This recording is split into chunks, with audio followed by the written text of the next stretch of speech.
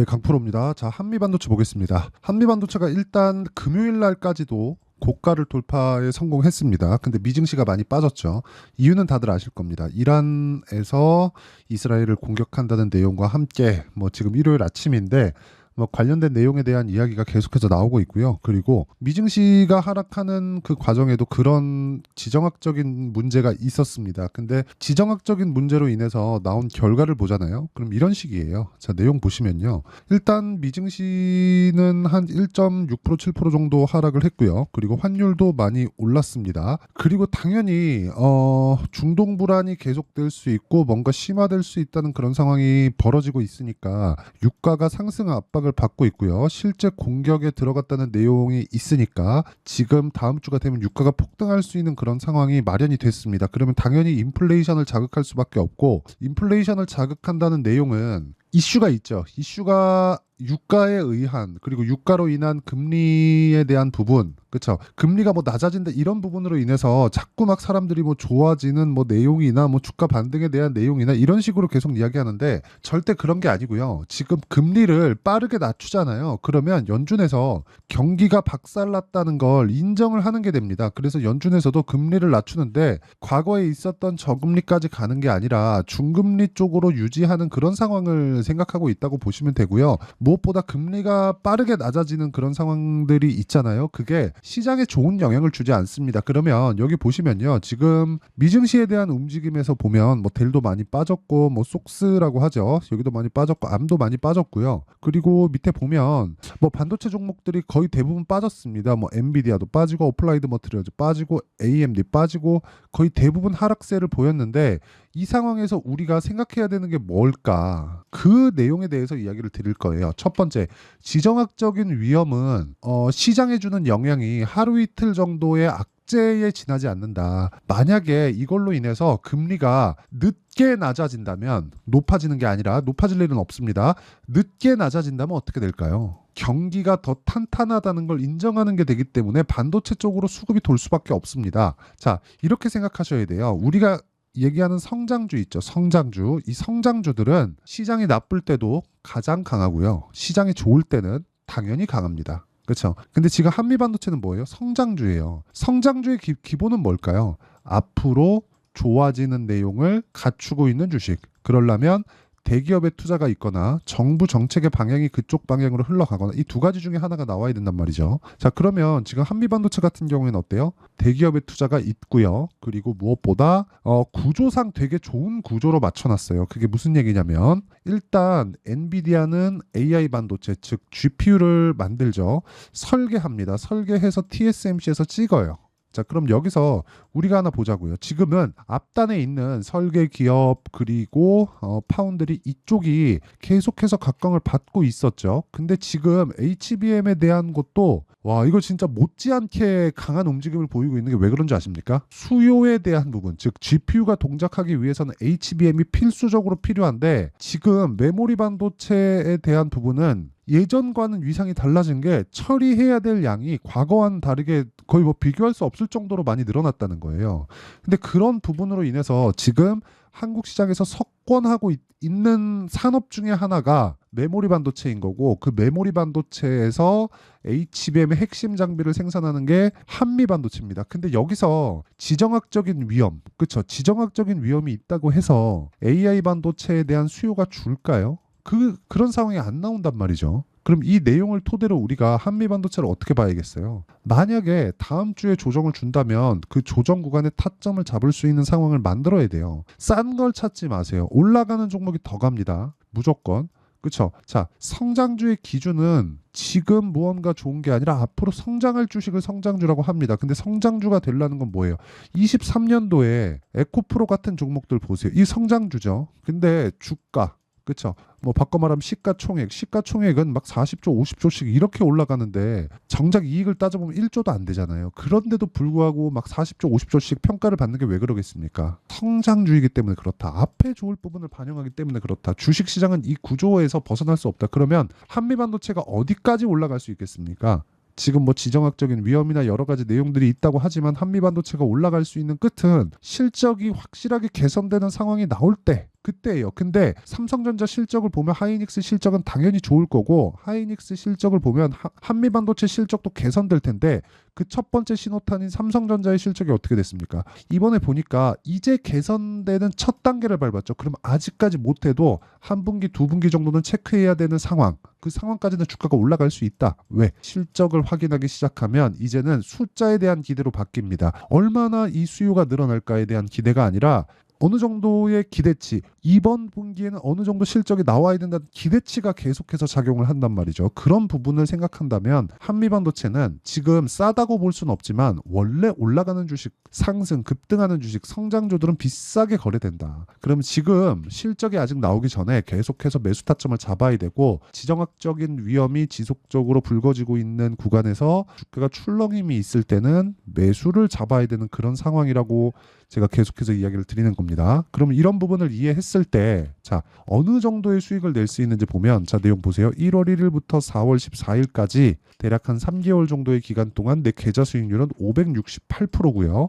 그리고 뭐 같은 기간 안에 시장에 대한 등락률은 그렇게 크지 않죠. 그리고 이건 계좌 수익입니다. 종목 수익이 아니라는 거예요. 그러면 이 정도의 수익을 내려면 어떤 종목을 해야 되는지, 그 내용까지 이해가 된다면 다른 종목에서도 수익을 충분히 낼 겁니다. 자, 보세요. 제가 한미반도체에 대해서 이야기를 드렸지만 DI도 HBM, 장비를 납품한다는 테스트를 거치고 있는 기업입니다. 자, 그러면 아직까지 장비 납품 안 했죠. 그럼 아까랑 똑같죠. 근데 주가 어때요? 급등하죠. 언제 공략했어요? 돌파할 때. 이것뿐만이 아닙니다. 실적이 나오는 게 중요한 게 아니라는 걸 이야기를 드리는 거고, 같은 반도체 종목군들, 그렇죠? 자람 테크놀로지를 보더라도 75%, 그렇죠? 이것도 역시나 돌파 구간, 반도체 구간에 있는 것뿐만 아니라 로봇 같은 경우에도, 자, 내용 한번 보세요. 47%, 며칠 걸려요. 2주가 채 걸리지 않는다. 이런 내용에 대해서 이해를 하는 게 정말 중요하다는 거고요. 그리고 이 내용에 대한 부분을 제가 여기 소통방에서 다 공유합니다. 자, 보면 여기 DI 있죠? 그리고 밑에 내려보면 아직 완성되지 않은 매매지만 TSE, KSP, 그렇죠? 이런 종목을 보더라도 TSE, 이것도 반도체입니다. 제가 계속해서 돌파 구간을 공략하고 있는 이유가 앞서 말씀드렸었던 그 이유 때문이다. 자, 그래서 매매하는 과정에서 내가 가격을 정말 못 잡고 어떻게 해야 될지 모르겠다 하시는 분들은요, 소통방으로 들어오시면 되고 구독과 좋아요만 눌러주시면 됩니다. 자, 그리고 상단에 있는 전화번호로 10억, 자, 10억이나 뭐 소통이나 이렇게 문자 보내주시면 제가 소통방 입장 링크를 순차적으로 공유를 해드리도록 하겠습니다. 자, 그러면 어떤 류의 종목을 공략해야 되는지 다 확인하셨죠? 그리고 그랬을 때 계좌 수익이 어느 정도 나오는지, 그쵸? 다 확인하셨죠? 이 내용을 가지고 종목을 보면 내용이 완전히 달라집니다. 자, 내용 한번 보세요. 한미반도체가 올라가는 이유, 이제 보이죠? 앞에 좋을 부분이 있어서. 근데 그 좋을 부분에 대한 무엇으로 인해서 올라간다? 기대감. 실적이 나오면 이게 뭘로 바뀐다? 실적에 대한 기대감. 그러면 숫자를 찍어줘야 되죠. 이건 명확하게 숫자를 찍어줘야 됩니다. 그 숫자를 찍을 수 있는 게 수요가 폭발하고 있으니까 찍을 수 있겠죠. 근데 그런 부분이 주가가 올라간 부분이라면 최소한 그거 이상의 실적을 지속적으로 낼 수 있는 환경이 갖춰져 있는가, 이게 중요하잖아요. 그러면 실적이 나오면 매매하기가 굉장히 까다로울 수가 있어요. 오히려 고가 찍고 빠질 수도 있습니다. 그런 부분은 우리 삼성전자 하이닉스에서 많이 봤잖아요. 21년 초반에도 그랬고, 오히려 실적이 적자로 떨어지고 나서 그때부터 주가 반등 시작하잖아요. 선반영 됐으니까 하락을. 그럼 지금도 마찬가지라는 거죠. 언제부터 공략해야 되는지 타점에 대한 부분이 중요하고, 한미반도체를 토대로 우리가 다른 종목들까지, 그쵸, 활용할 수 있어야 된다. 그게 타점, 맥점, 그쵸? 타점이라고 제가 계속해서 이야기를 드리는 거고, 이건 가격에 대한 부분이기 때문에 어쩔 수 없이 그 원리에 대해서 이해를 해야 되는 부분이 필요합니다. 자, 그래서 지금 중요한 게 가격을 얼마에 잡아야 되는가, 그리고 보유 전략을 어떻게 가져가야 되는가, 그 내용인데, 보유 전략은 2주입니다. 2주가 넘어가면 심리가 무너져서 안 됩니다. 그리고 2주 안에 수익 전환을 시키려면 가격에 대한 부분이 굉장히 디테일하게 들어가야 되고, 그 디테일하게 들어가야 되는 부분을 제가 내용 정리를 해왔습니다. 자, 이 내용을 가지고요, 제가 영상에서 이야기를 드리면 내용이 너무 길어질 수 있어갖고 이렇게 말씀드리는 거고, 무엇보다 무료 공개한다. 자, 그래서 구독과 좋아요 이 두 개 부탁드리고요. 상단에 있는 전화번호로 한미반도체라고 문자 보내주시면 제가 한미반도체의 실시간 타점을 어떻게 잡아야 되는지, 그리고 지금 중동 불안에 대한 내용으로 인해서 월요일 날 꽤 어려운 상황이 나올 수 있는데 제가 계속 기회라고 말씀드렸죠. 그 내용에 대한 부분에 대해서 관련주들이 있습니다. 반도체 관련주들, 반도체 관련주들의 실시간 타점을 문자로 공유를 해드리도록 할 테니까 상단에 있는 전화번호로 한미반도체라고 문자 보내주시고 구독과 좋아요 꼭 눌러주시면 됩니다. 자, 내용 정리 한번 할게요. 주식시장은 미래가치를 반영한다. 미래가치를 반영하는 과정에서 가격이 먼저 뜬다. 그러면 가격이 먼저 올라간다는 건 앞에 좋을 부분이 있다는 거다. 앞에 좋을 부분은 뭡니까? 당연히 호재거리, 실적이 좋아지는 부분에 대한 기대, 올라가는 종목들을 해야 된다고 이야기를 드리는 겁니다. 자, 그 내용에 대한 부분을 어떻게 판단하고 어떻게 분류해서 어떻게 매매할지를 제가 다 이해를 시켜드리도록 할 테니까 영상 끝까지 시청하시고요. 모든 분들이 성공 투자하셨으면 참 좋겠습니다. 자, 24년도가 돼도 여전히 시장은 녹록지 못합니다. 이런 상황이 벌어지는 건 어쩔 수 없습니다. 이런 상황에서도 수익이 나는 종목들의 구조는 변하지 않습니다. 즉, 대시세 종목에 대한 구조는 변하지 않는다는 거고, 실제 제가 소통방에서 지속적으로 이야기를 드리고 있는 내용도 대시세 종목이나 시장 주도주를 공략하는 건 철저하게 가격 분석을 하라고 이야기를 드리고, 가격 분석 이후에는 이슈에 대한 파악, 그리고 이슈를 파악하고 나서는 다시 내가 얼마에 매수할지 그 타점에 대한 부분을 지속적으로 언급을 하고 있습니다. 자, 근데 생각해 보세요. 1월 달에 시장이 굉장히 어려웠습니다. 어려운 상황에서의 어떤 종목들이 강했냐 보면 반도체와 그리고 바이오입니다. 자, 실제 여기 보면요.